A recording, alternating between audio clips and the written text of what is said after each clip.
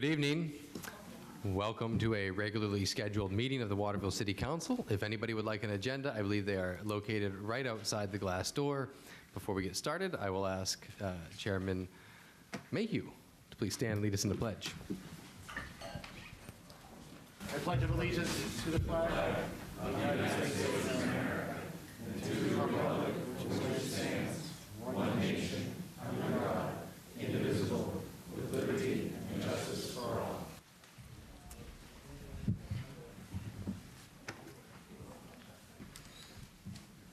First, I have a mayoral proclamation here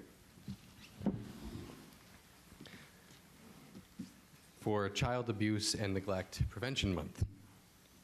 Whereas every child is precious and deserves to grow up in a healthy, safe, nurturing environment free from the threats, dangers, and harmful effects of child abuse and neglect. And whereas child abuse occurs at every socioeconomic level across ethnic and cultural lines within all religions and all levels of education. And whereas child abuse and neglect impacts our entire society and can cause traumatic psychological, emotional, and physical harm, which can lead to detrimental behaviors and mental and physical illnesses as children and into adulthood. And whereas child abuse is a community problem and finding solutions depends on the involvement of people throughout the community. Whereas effective child abuse prevention programs succeed because of the partnerships created among social services, schools, religious organizations, business and law enforcement agencies. And whereas youth-serving prevention programs offer positive alternatives for young people and encourage youth to develop strong ties to their community. And whereas all residents should become more aware of child abuse and its prevention and become involved in supporting parents to raise their children in a safe, nurturing environment. Now, therefore, I, Nick Isgro, Mayor of Waterville, on behalf of the City Council, hereby proclaim the month of April 2019 as Child Abuse and Neglect Prevention Month, and I urge all residents to dedicate themselves to the task of improving the quality of life for all of our children. Thank you.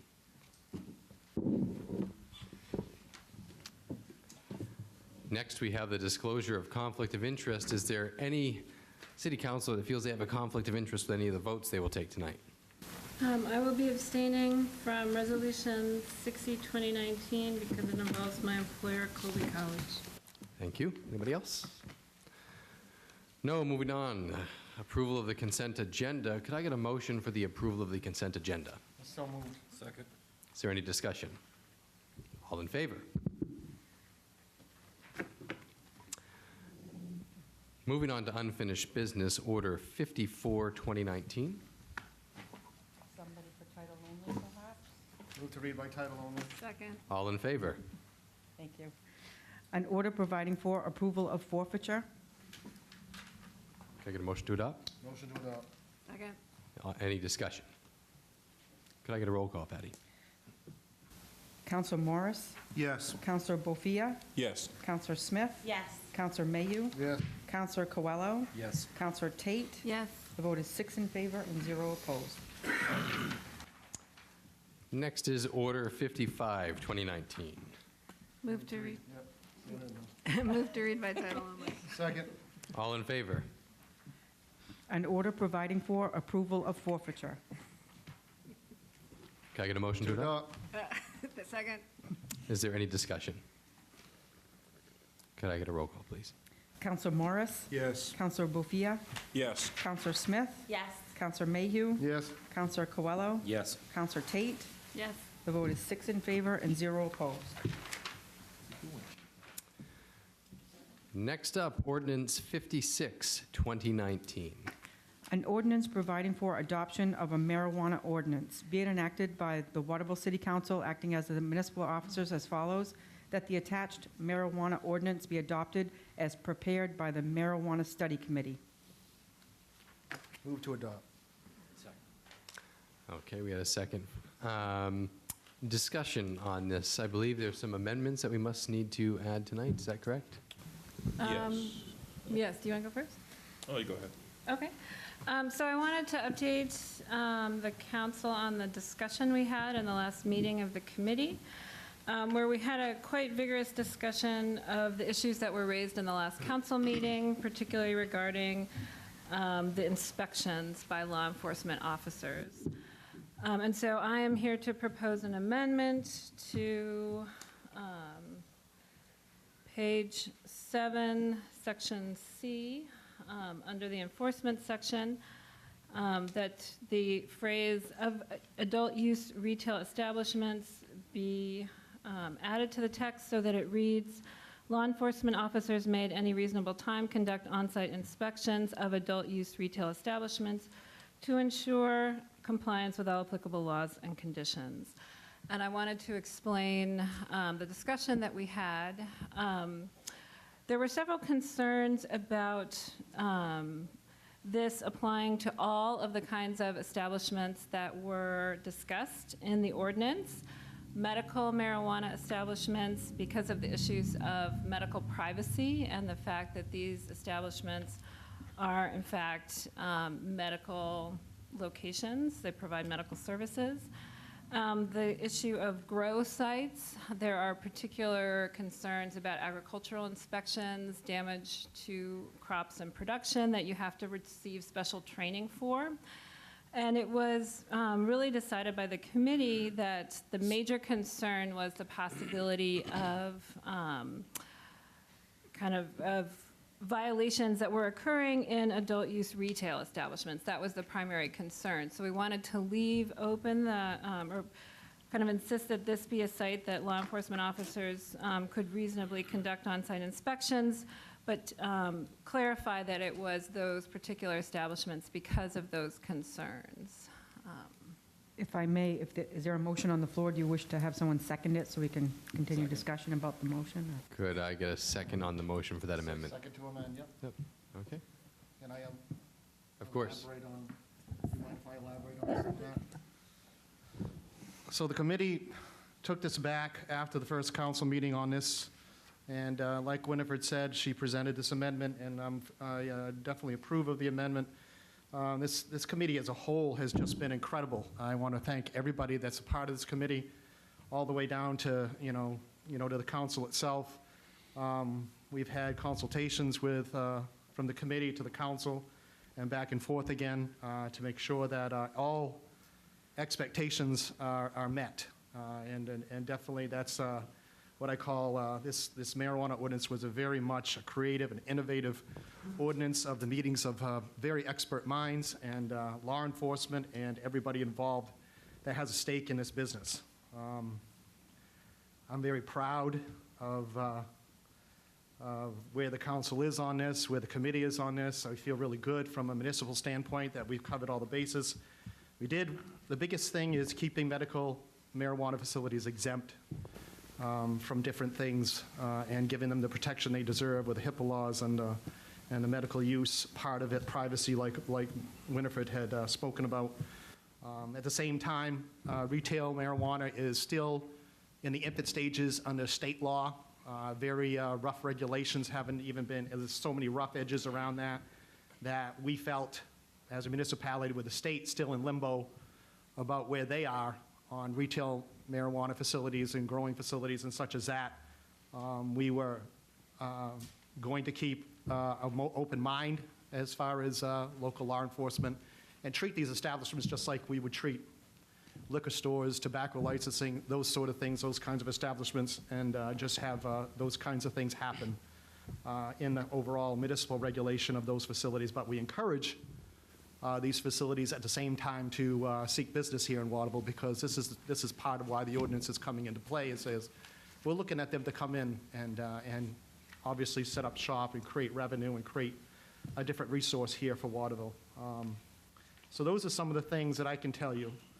We addressed some of the concerns about Hedda Falls area. There was some areas about there. There was a couple parcels of land that we chose to keep in the context of the downtown, of keeping these establishments limited in the context of Front Street, Main Street, those certain aspects of downtown and the economic revitalization going on.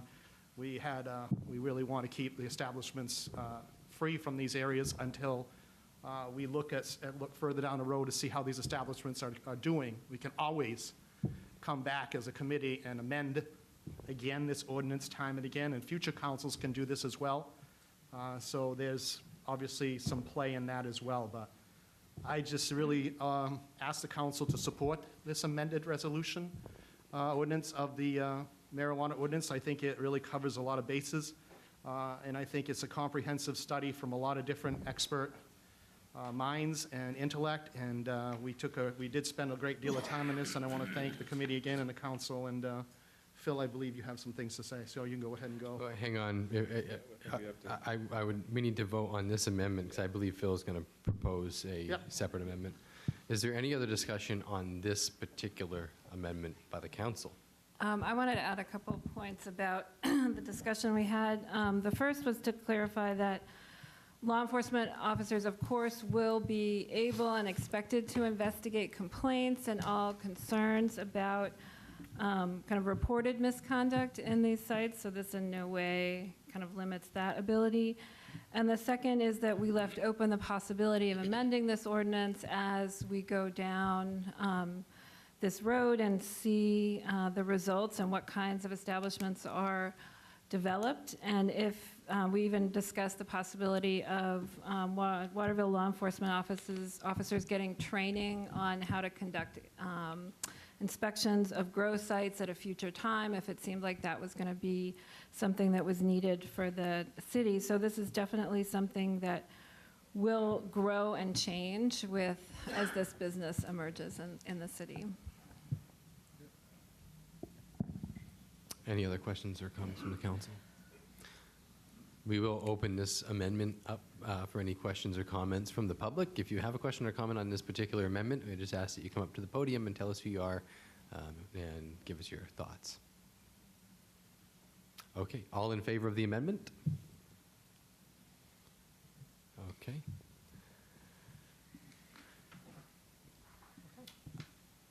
Councilor Bofia? Yes, I just also wanted to touch base, like Chairman Mayor, you noted, there was some discussion about. Are you offering an amendment? Yes. Okay, just want to make sure. Yes, there's some discussion about a location downtown, particularly Head of Falls. That was an industrial location that would allow the sale and manufacturing and distribution of marijuana, and there were some concern about keeping the downtown as a whole and also making the Head of Falls area part of that downtown. The city owns the land, but we wanted to make sure that it was clear on document that we would also keep that area free from growth, distribution, and manufacturing of substance. So the amendment that I'm proposing is to Article 4, standard and permit licensing, general, section 1, 2, 3, and 4, to include in it an exception to the area zoned as general industrial located to the east of Front Street, to include the language. Okay, say that again, general industrial east of, Yeah, the general industrial located to the east of Front Street, okay, to be exempt as well. yep. There's a second on this. Is there any questions or discussion from the council on that particular amendment? I think as a whole, from the committee to the council, this is no surprise that we have consulted with Phil about this, and I second that amendment. Yeah, and Councilor Bofia, I just want to thank you for that. I think it keeps with the spirit of what we actually meant when we did our original downtown kind of zoning on this issue, and that was a great catch on your part. None of us really saw that or thought about it, so I appreciate that you did. Any questions from the public? All right. All in favor of the amendment? And could I now get a motion to move as amended? Motion to move. Second. Okay, now, the entire ordinance is up on the table. Is there any discussion or questions from the council on the newly amended ordinance as it is? How about from the public? Okay. Patty, could I get a roll call, please? Yes. Councilor wait, I'm Morris? sorry. Oh, sorry. There's a typo on page 3. Ooh, another amendment? Can I move to amend sorry, before we said good this catch. before. On page 3, under number 6, it should be required setbacks under 5, A and B above, instead of 2. Under 5A and B above rather than 2. No, it's, right now it reads required setbacks under 2, A and B above. It should read required setbacks under 5, A and B. Should be 5A and B. Okay. So, Could I get a second on that amendment? Second. I don't think we need to discuss. All in favor? Could I get a motion to move as amended? Motion to move as amended. Second. I think we're ready. Patty, can I get a roll call, Yes. please? Counselor Morris? Yes. Counselor Bofia? Yes. Counselor Smith? yes. Counselor Mayu? Yes. Counselor Coelho? Yes. Counselor Tate? Yes. The vote is 6 in favor and 0 opposed. All right. And thanks to everybody that was involved in that. That was a lot of work that went into that by all the committee members. I'm really appreciative of the work that went into that, and proud of the work you did, so thank you very much. I should not take credit for catching that typo. That was the chair of the committee, Jennifer Bergeron. So, thank you. Moving on to new business, we have Resolution 60, 2019. Move to adopt. Can I get a second? Second. A resolution providing for renewal of a special amusement license to the president and trustees of Colby College doing business as the Joseph Family Spa. Be it resolved by the City Council of the City of Waterville, acting as municipal officers as follows, that the City Council hereby authorize the issuance of a special amusement license to the president and trustees of Colby College doing business as Joseph Family Spa, 5460 Mayflower Hill. Can I get a motion to adopt? Motion to adopt. Second. Okay, is there any discussion? Questions?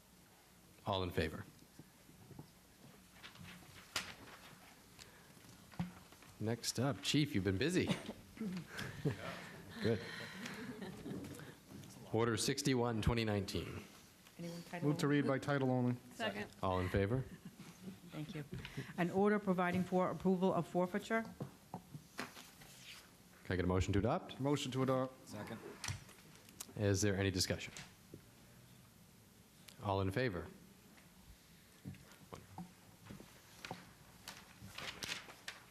And finally, we are at Ordinance 62, 2019. An ordinance providing for amendment to plastic bag ordinance. Be it enacted by the Waterville City Council, acting as municipal officers as follows, that the effective date of the plastic bag ban ordinance be changed from April 22nd, 2019 to blank. Can we leave it blank? I think that means we needed to come up with a date. I need a motion. Yes, can I get a motion to adopt? Move to adopt. Second. Okay, now we can discuss an amendment to fill in a date here. We need legal counsel recommendation. Is there a recommendation from legal counsel?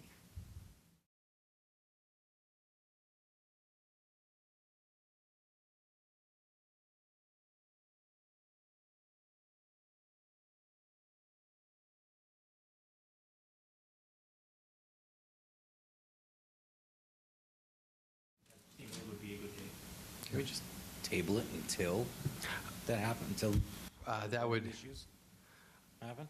I think that would then indefinitely postpone it, which is not the purpose. I think this gives plenty of time to, September 1st. and then if, then it's certain discussion. Need a motion to make that date. If we do it to September 1st, we still have time to amend it then. Yes. In case.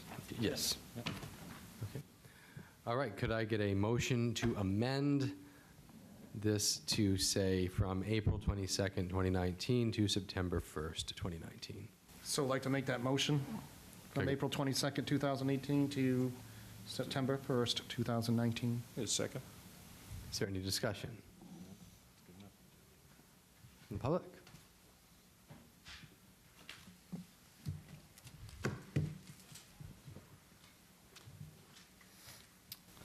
Hi.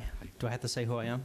Just kidding. Hi, Todd. I'm Todd Martin, Ward 6. I just want to say I support moving this to September 1st.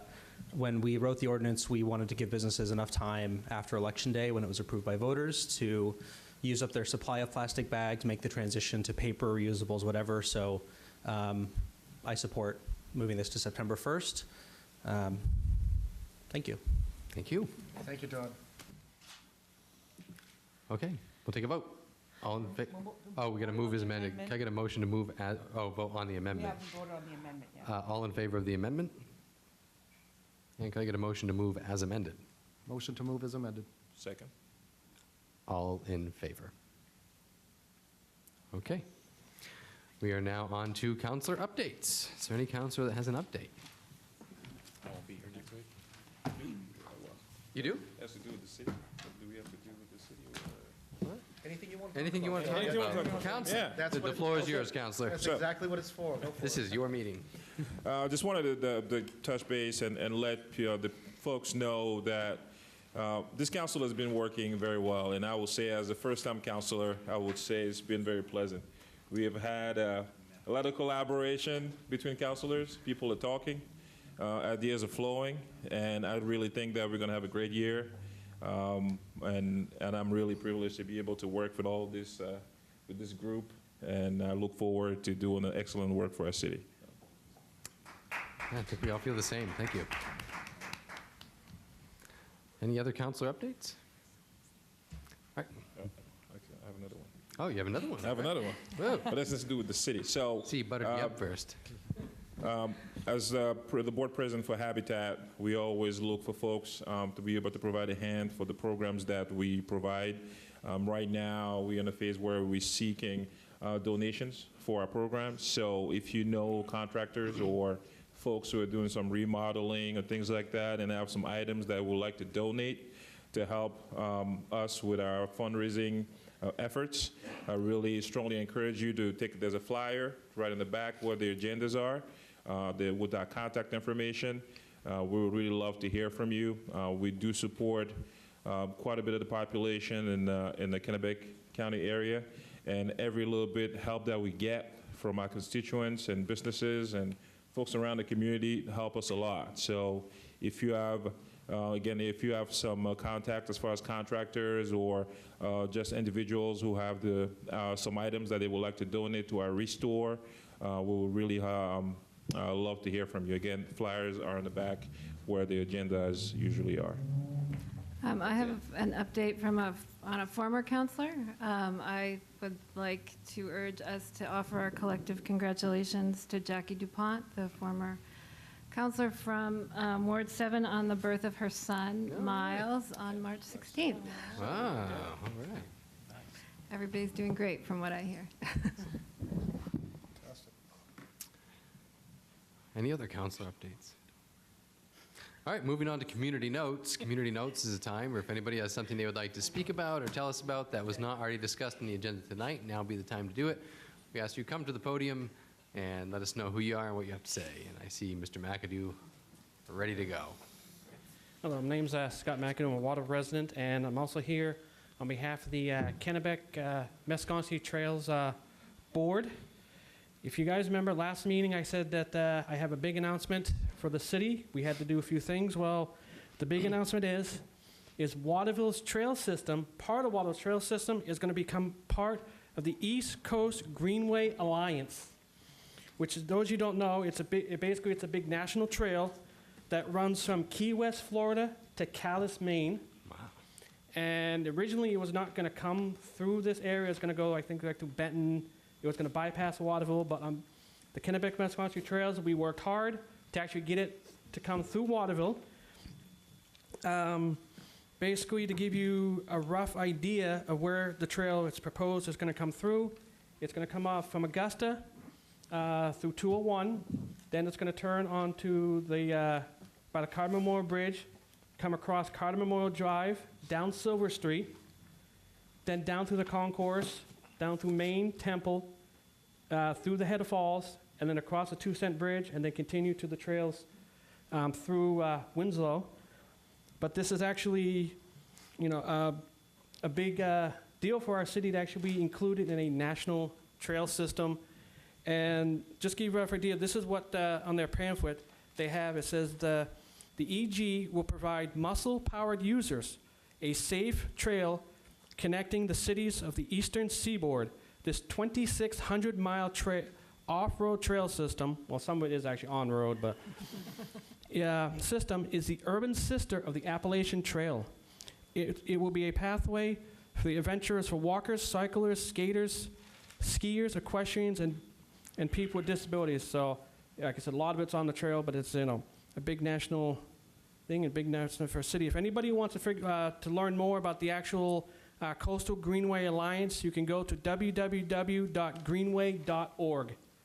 And it actually gives you they have an interactive map of all the stops along the trail and then the future proposed. And actually, I think if you look under news, they have the proposed for 2018, and it actually has Kennebec-Muscatine Trails, Waterville. I think it's connecting to like Augustus Trail as well, and a few others. So big news for our little city. Yeah, Thank that's you. Fantastic.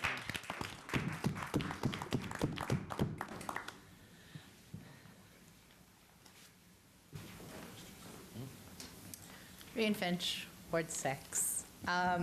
So I'm here once again about the Senna bike swap. I announced it 2 weeks ago. Quite a lot of people have donated, which we appreciate a lot. We are still in need, pretty desperate need at this point, of 24-inch bikes. So if you have a bike you would like to donate, or if you'd like to purchase a bike, you can send it to 5 Libby Court at the South End Teen Center. And the teens will either put the bike together or they will make sure that it gets to the right place. We also need helmets and bike locks, and the best way to do that is to go to bit.ly/Senna Bike Swap and donate money directly. And that just lets us kind of buy in bulk, and we have some very specific requirements for locks. We have people offer to give locks, but our locks can't have keys because kids will lose the keys. So again, the best way to help out with that, just every little bit helps, is just bit.ly/Senna Bike Swap. Awesome. Thank you. Thank you. Thank you. Hello, I'm Cindy Jacobs, Ward 4, but I'm here on behalf of the library, and I just wanted to share. February is usually a pretty quiet month around. Everybody's inside, staying home. We had a banner month at the library. We had record numbers of people coming to the library. We had over 500 teens participating in programs at the library, and we had a doubled number of homeschool groups coming to share space at the library. So I think that's pretty good for the month of February, when we all kind of want to stay home and it's dark. That's great. Just wanted to share that. Thanks, Cindy. Thank you.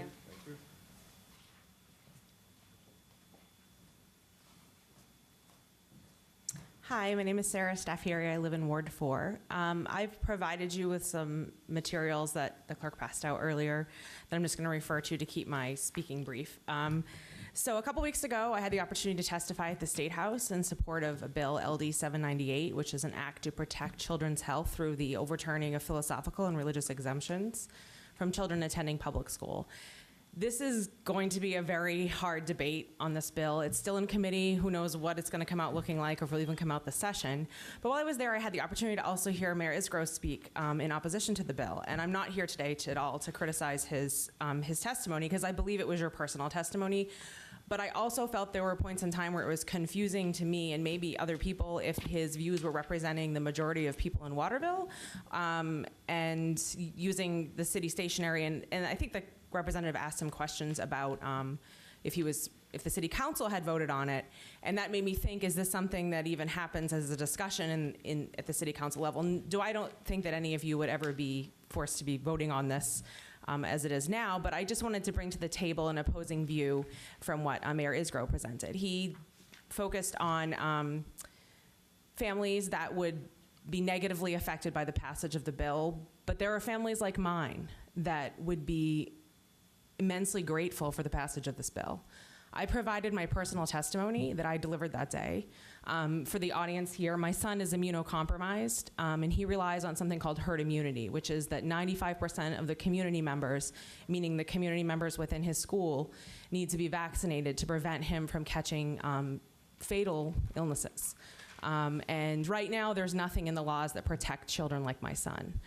But beyond my personal situation, I'm a biologist and I'm a scientist, and I always turn to medical advice that's bound in science and generated in science. And one of the things that I'm concerned about is the really issue with people prescribing to, in my opinion, the scientific equivalent of fake news. So using information that's traded online through social media that is not vetted in the scientific community. One of the most nefarious conversations happens about autism and measles, mumps, and rubella vaccine.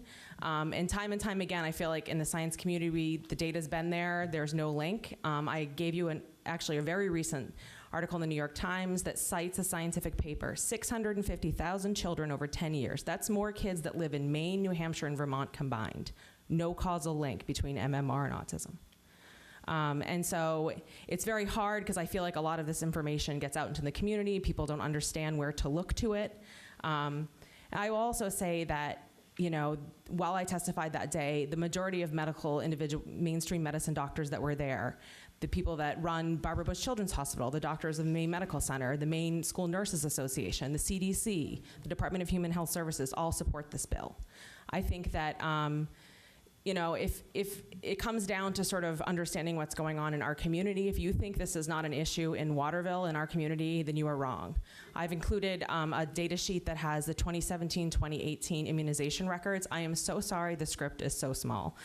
It was a PDF on the Maine Gov website, and I tried to blow it up. But I basically kept just Kennebec and Somerset counties. And some of the opt-out rates for kindergartners really scared me. 14% of kindergartners in Winslow have not been fully vaccinated. Clinton, 12.2%.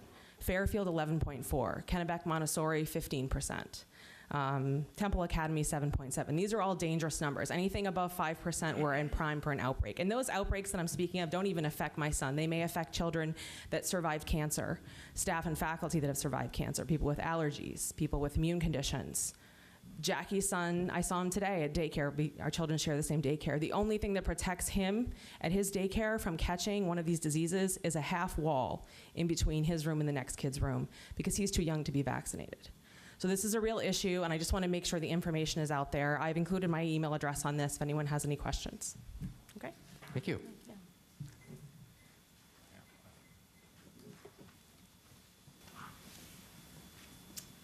Hi, I'm Sandy Sullivan, Ward 5. I have more of a question. I emailed the mayor, and I emailed the chairman, and I emailed my ward rep, and Jay did get back to me and answered part of my question.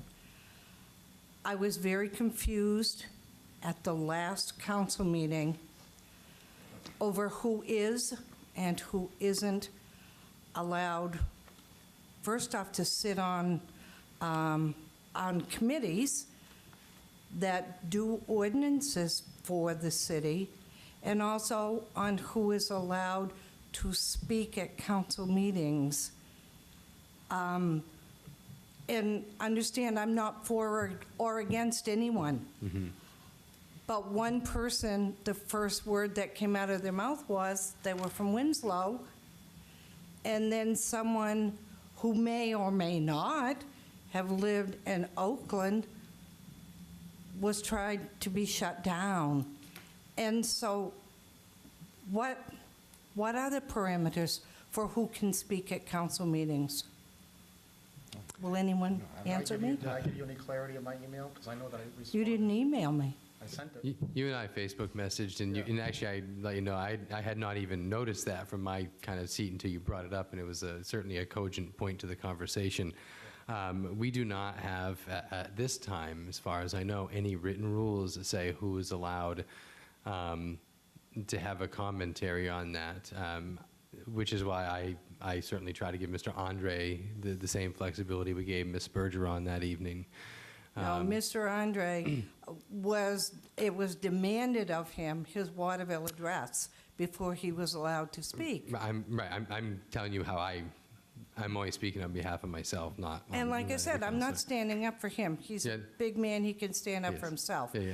But I'm just confused on who can do what. We don't have any written rules. I would say that, to be honest, it's probably up to my discretion as the chair of these meetings, since there are no written rules. And to me, if somebody is affected by the potential outcome of the votes we're taking, just like when we talked about a shooting range, we had a woman come from Vassalboro who lives across the river to talk about that. I felt like Mr. Andre had, who has run for that district, and the way that we count our votes here in the city of Waterville affects him. I felt like he had a right to speak on that.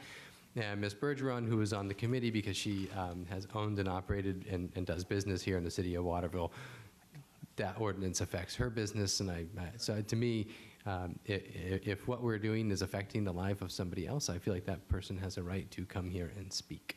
Thank you. You're welcome. Wtvl Ward 7, couple things. To answer Mrs. Sullivan's question, is I serve on a couple boards, one being the marijuana committee, and I agree with you. Jennifer does live in Winslow, Mark lives in Oakland, so be it. Anybody should be welcome here. If it was a Kobe student that was attending, I don't care if they're from Des Moines, Iowa, and they want to serve on a committee. So I was on that committee. I agree somewhat, Mr. Sullivan, but I don't think it was done intentionally. As far as being on a committee, brings me to the second point. I'm chairman of the Waterville Airport Advisory Board. We have an important meeting on Wednesday, April 24th at 6 o'clock at the Waterville Airport. Yes, Waterville does have an airport. Some people don't know. It's an important meeting. We have to come up with a comprehensive plan for the city of Waterville. We're growing. We need a plan that's going to be a year, 2 years, 5 years, 10 years, 20 years, 50 years. We'd like some input from Waterville. I don't care where you live. If you fly a plane, I've been told my head's in a cloud sometimes, whatever. We want you there. And I especially ask some of the city councilors to attend that one important meeting for the future of Waterville. The third thing that I'd like to bring up, I feel that I'm not represented here tonight. This is a great council. But somehow, it might be we all have a life to live, I get it.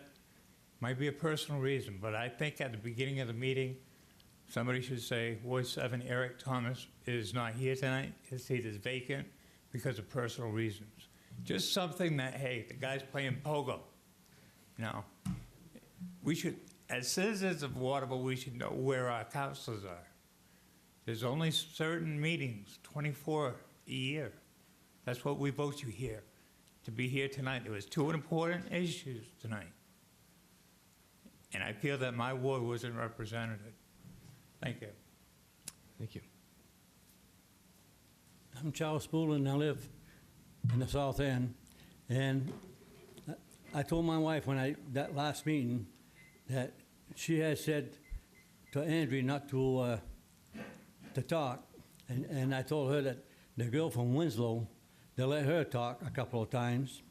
And that reminds me of the council people you had last time. You know what I mean? And I didn't like the attitude when she asked him if he lived in Waterville or Oakland. That I don't like. Okay, that's yes, it. Sir. Thank you, sir. Yeah.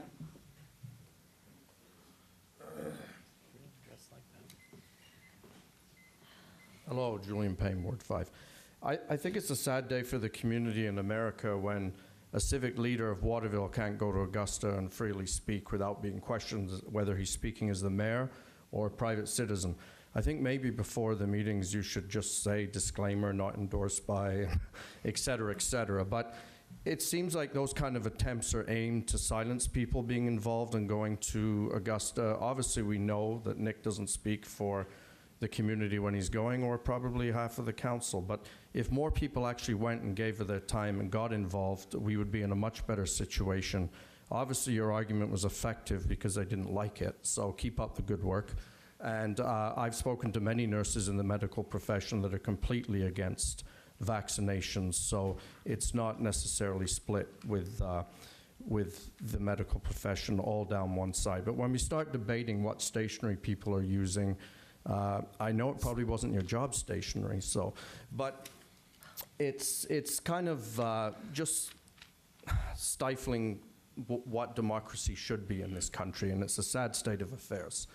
And secondly, I've had that same, if they don't agree with me, they'll proceed it with school board member Julian Payne, not just Julian Payne. But yet we teach our kids civic action and getting involved. And we don't just get involved when, you know, oh, the teachers or kids might like this certain aspect of it. Involvement isn't one person's point of view. Right. And on a positive note, I would like to just say that this Thursday I'm going down to Cape Elizabeth with Eric Haley to set up the Waterville Giving Charitable Foundation.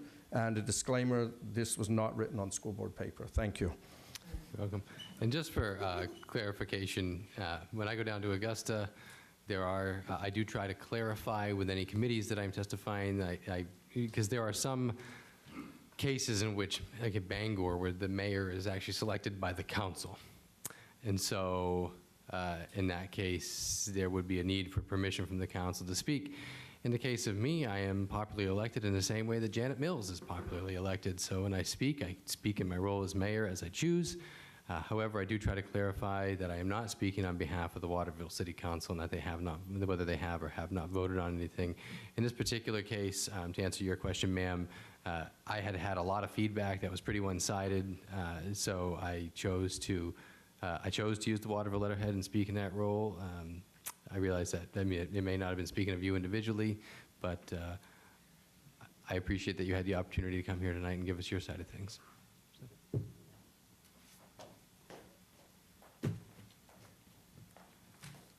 Kathy Weeks, Ward 1.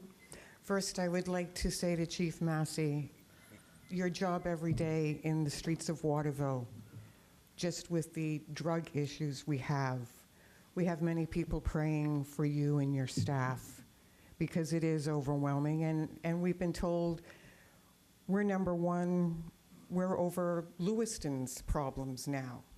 And as you know, Lewiston always had a huge problem down there. So thank you for what you and your staff do every day.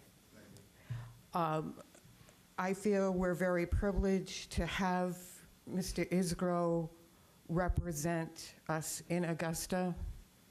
If you're staying tuned to what happens every day down there with Miss Mills thinking up things that are going to be harming the poor citizens of Maine.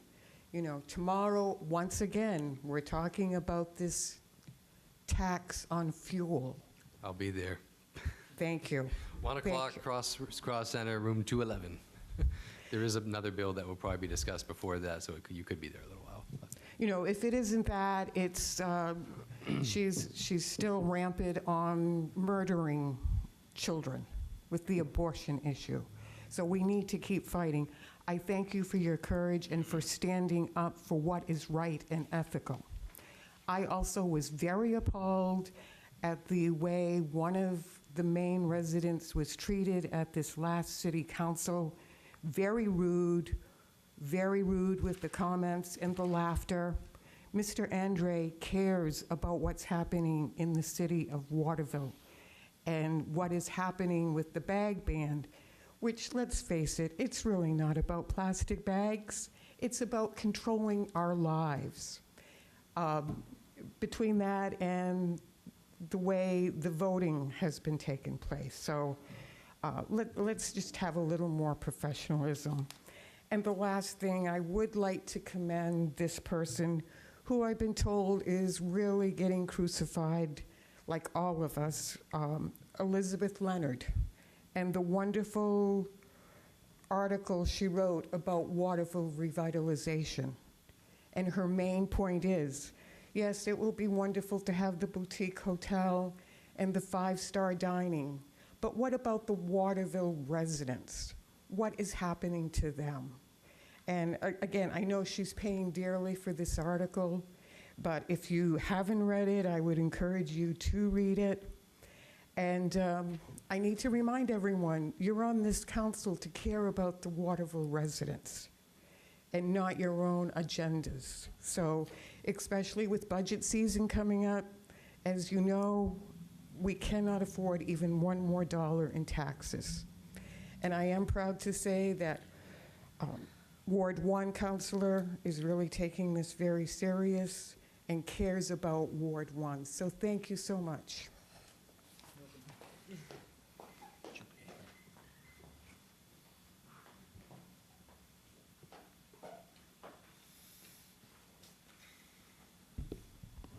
Good evening. I'm Dan Libby, Ward 4. So what is the most important thing in your life? I've been asking myself that question for the past few weeks, and for some people the answer might be their children or their spouse, a close friend, or God. Those are reasonable answers, and most reasonable people can understand how somebody could feel that way. Some might even argue that freedom is the most important thing in their lives. Heck, without freedom, we might not be able to choose whom we marry, have the ability to procreate, or go out with our friends, or even worship God. Now, this council voted to certify results of the November 6, 2018 election regarding the plastic bag ban. It is a matter that is sadly not close to resolution, though law supports it should be, but kept alive due to blatant and purposeful disregard for the law. Patty DuBois is the city's registrar, and in addition to serving as city clerk, and she seems to have made some rather interesting decisions regarding votes based on nothing more than what she wants to do. Certainly not the law. And as a result, this town has spent a considerable sum of money trying to resolve the plastic bag ban that was in fact voted down. When this council voted to certify the results of the bag ban supporting a false outcome, its motives seemed based on two things: money, and less about the student's residency, but rather Mark Andre's. This council saw this as a waste of the town's dollars and were hell-bent to disprove Mr. Andre's residency while ignoring the legitimacy of the votes in question. A very sad, hypocritical commentary indeed, for as I have stated many times before, this bag ban is not really about bags. It is about people control and environmentalists on the left's desire to attack big business. Councilor Bofia said in a previous meeting he hoped people at Waterville would judge this council on what it does, not on what the previous council had done. Well, you're off to a terrible start, all of you. The fact money was used as an argument to deprive our civil liberties is appalling. Shame on you, Councilor Tate, for trying to scare people of Waterville into what the cost of determining the bag ban could be, after you are partially responsible for the terrible budget that impacted the cost on all of us. Worse than that, you are trying to scare people into putting a price on civil liberties. So, hey, listen. American exceptionalism is a real thing. It's a wonderful thing, and it starts with freedom. This council is on a slippery slope that leads right into the muck. Very few times in history of mankind can we point to when freedom was taken away and then restored. Powers that be are going out of their way in Waterville to get this ban passed, no matter what the cost or amendment. The council must do a better job than the poor decision to sell out its constituents just 2 short weeks ago. Recognition of, respect for, and adherence to the law depends on it. We deserve better, and most importantly, our civil liberties demand it. Thank you. With that, we are going to move to the manager's report. All right, Mr. Andre will be the final community note, and we are wrapping this meeting up after this. Order. Excuse me. I just wanted to thank the mayor for going to Augusta to speak on the immunization issue. I feel very badly that you have a child that can't receive immunizations and you would like to what was the term you used? Immunocompromised child? Thank you. I have a child that was vaccine injured, and she's a handicapped little girl that doesn't walk, she doesn't talk. She's 17 years old now. And we believe her to be vaccine injured, but because the doctors explored every other possibility for years, we no longer have an opportunity to prove that. But there's children on both sides of this, and what it comes down to is a parent's right to choose. And we choose not to give our 10-year-old son those medicines, those immunizations, and I will not be forced to do it. And as a consequence, I don't exactly know what we're going to do, because that immunization law applies not only to public schools, but to all private schools, summer camps. It basically shelters my healthy 10-year-old child away because of our unwillingness to give them immunizations. With that said, there's passions on both sides of that issue, but I do want to thank the mayor for taking the time to speak. in Augusta. The one factual matter I'll point out to the council, the 15% of kindergartners not vaccinated, that vaccination schedule runs to age 6. So a lot of those children will receive the immunization by the end of kindergarten because most of them are 5 or coming up on 6 years of age. When you get to first grade, the herd immunity is up close to 95%, as they suggest.